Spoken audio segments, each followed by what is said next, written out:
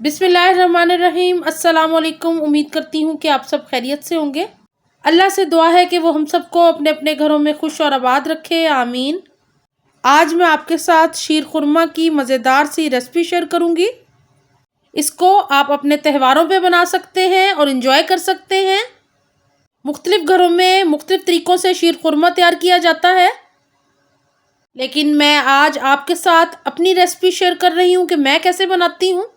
मैंने ये शीर खुरमा अपनी सास से सीखा था, ये उनकी रेसिपी है। और जिन बहन भाइयों ने अभी तक मेरे चैनल को सब्सक्राइब नहीं किया है, प्लीज़ ज़रूर कर लें। मुझे उम्मीद है मेरी बाकी रेसिपीज़ की तरह आपको ये भी अच्छी लगेगी। शीर खुरमे की ये रेसिपी आपको अच्छी लगे तो लाइक और शेयर करना बिल्कुल ना भूलिएगा। यहाँ पे मैंने 10 किलो दूध लिया है और इसको बॉईल कर लिया था, और आप देख रहे हैं कि हल्की आंच पे ये पकने के लिए रखा हुआ है। जो मलाई ऊपर आई है मैंने इसको इसके अंदर ही मिक्स कर दिया है।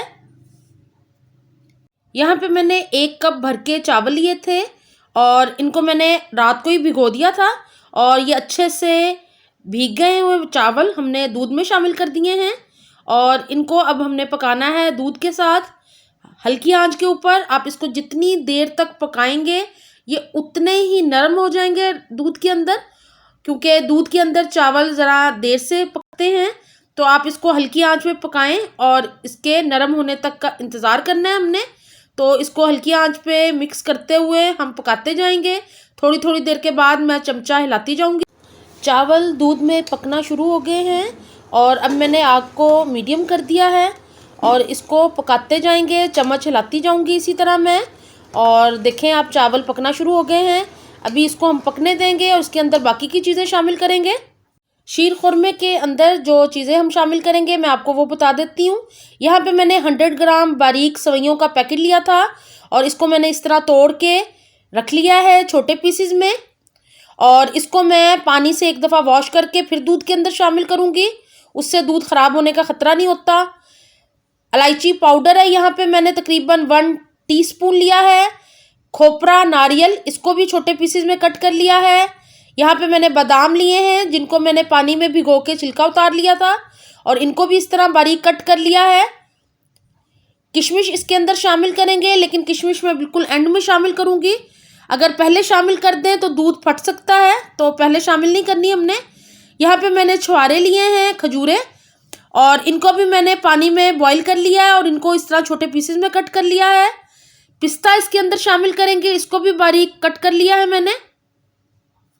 और चीनी जाएगी शीर खुरमे में, आप अपने टेस्ट के मुताबिक शामिल कीजिएगा। यहाँ पे मैं अब दूध के अंदर इलायची पाउडर शामिल कर रही हूँ। इससे बहुत ही प्यारी सी खुशबू आएगी शीर खुरमे में से और बहुत ही अच्छा फ्लेवर हो जाता है इलायची की वजह से इसका। यहाँ पे मैंने सेवइयों को एक दफ़ा पानी से वॉश कर लिया है, पानी निकाल दिया है। यहाँ पे मैं दूध के अंदर धुली हुई सेवइयाँ शामिल कर दी हैं जिनको मैंने एक दफ़ा पानी से निकाल लिया था। इससे फ़ायदा ये होता है कि जो केमिकल लगा होता है सेवइयों पे वो साफ़ हो जाता है और सेवइयाँ दूध में जाके ख़राब नहीं करती दूध को। अब मैंने इसके अंदर छुहारों को भी शामिल कर दिया है जिनको मैंने पानी में डिप करके काट लिया था। बादाम चले जाएंगे, थोड़े से बादाम मैं रख रही हूँ गार्निश के लिए। और अब इसके अंदर बाकी की चीज़ें शामिल करूँगी। पहले इसको अच्छे से मिक्स कर लेते हैं ताकि सेवइयाँ दूध में अच्छे से मिक्स हो जाएं। अब खोपरा भी शामिल कर दूँगी। बहुत ही मज़ेदार शीर खुरमा तैयार होता है। और पिस्ते शामिल कर दिए मैंने इसके अंदर। मुझे उम्मीद है आपको ये रेसिपी मेरी अच्छी लगी होगी। आप इसको घर में ट्राई ज़रूर कीजिएगा और मुझे कमेंट बॉक्स में ज़रूर बताइएगा आपको मेरी शीर खुरमे की रेसिपी किस तरह की लगी है।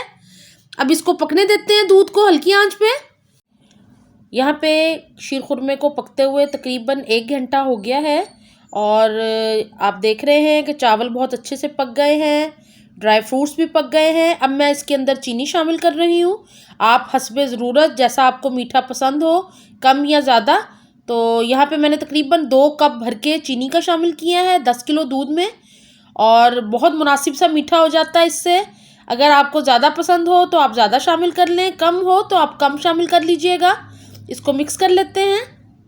शीर खुरमे को हमने मुसलसल चम्मच हिलाते रहना है ताकि जो चावल और सेवइयाँ हैं वो नीचे ना बैठे, नीचे लगे ना, और इसको पकाते रहना हल्की आंच पे। शीर खुरमा पक रहा है और बहुत अच्छा सा फ्लेवर आ जाता है ड्राई फ्रूट से इसके अंदर, और आपको हर बाइट में बहुत ही मज़े के फ्लेवर्स आते हैं, बादाम, पिस्ता, छुहारे।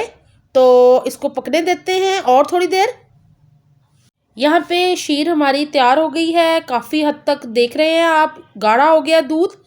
और इससे ज़्यादा हमने इसको गाढ़ा नहीं करना, क्योंकि ये ठंडे होने के बाद और गाढ़ा हो जाएगा, तो फिर इस तरह का ही शीर खुरमा अच्छा लगता है। और अब मैं इसके अंदर एक और काम करूँगी, वो मैं आपको अभी बताती हूँ। यहाँ पे मैंने एक पैन ले लिया है और पैन के अंदर मैं देसी घी को शामिल करूँगी। यहाँ पे मैंने 1 कप देसी घी शामिल किया है। अगर आप इसको शामिल करेंगे शीर खुरमे में तो आप देखेंगे कि शीर खुरमे का टेस्ट बहुत ही ज़्यादा बढ़ गया है, बहुत ही मज़े का बन गया है। ये स्पेशल शीर खुरमे की रेसिपी मेरी सास की है। अल्लाह पाक उनको करवट करवट जन्नत नसीब करे, आमीन। तो उन्हें दुआओं में ज़रूर याद रखिएगा और मुझे कमेंट बॉक्स में ज़रूर बताइएगा कि आपको ये रेसिपी कैसी लगी है। यहाँ पे घी गरम हो गया है और अब गरम घी को मैं शामिल कर दूँगी शीर खुरमे के अंदर और जल्दी से इसको शामिल करके मिक्स कर देंगे और फिर सर्व करेंगे अपने मज़ेदार से शीर खुरमे को। और यहाँ पे मैं अच्छे से इसको मिक्स कर देती हूँ। आप देखेंगे कि देसी घी शामिल करने से शीर खुरमे का टेस्ट बहुत ही ज़्यादा बढ़ जाएगा। यहाँ पे मैं शामिल कर रही हूँ किशमिश। किशमिश को कभी भी दूध में शामिल ना करें, उससे दूध ख़राब हो जाता है, ज़्यादा देर तक शीर अच्छी नहीं रहती। तो हमेशा सर्विंग के वक्त इसको शामिल करें। यहाँ पे मैंने थोड़े से कटे हुए बादाम से शीर खुरमे को गार्निश कर दिया है। आप इसको बनाएं ईद पे, अपने त्योहारों पे, गैदरिंग्स में, बहुत ही मज़ेदार मीठा बनता है ये। तो मेरी रेसिपी को ट्राई ज़रूर कीजिएगा और मेरे चैनल पे डेजर्ट्स की और बहुत सी रेसिपीज़ हैं, उनको भी ज़रूर देखिएगा। मैं लिंक डिस्क्रिप्शन बॉक्स में दे दूँगी और मुझे कमेंट बॉक्स में ज़रूर बताइएगा। वीडियो लाइक भी कीजिएगा और फैमिली फ्रेंड्स के साथ शेयर ज़रूर कीजिएगा। मुझे अपनी दुआओं में याद रखा करें। अपना बहुत ख्याल रखें। अल्लाह हाफिज़।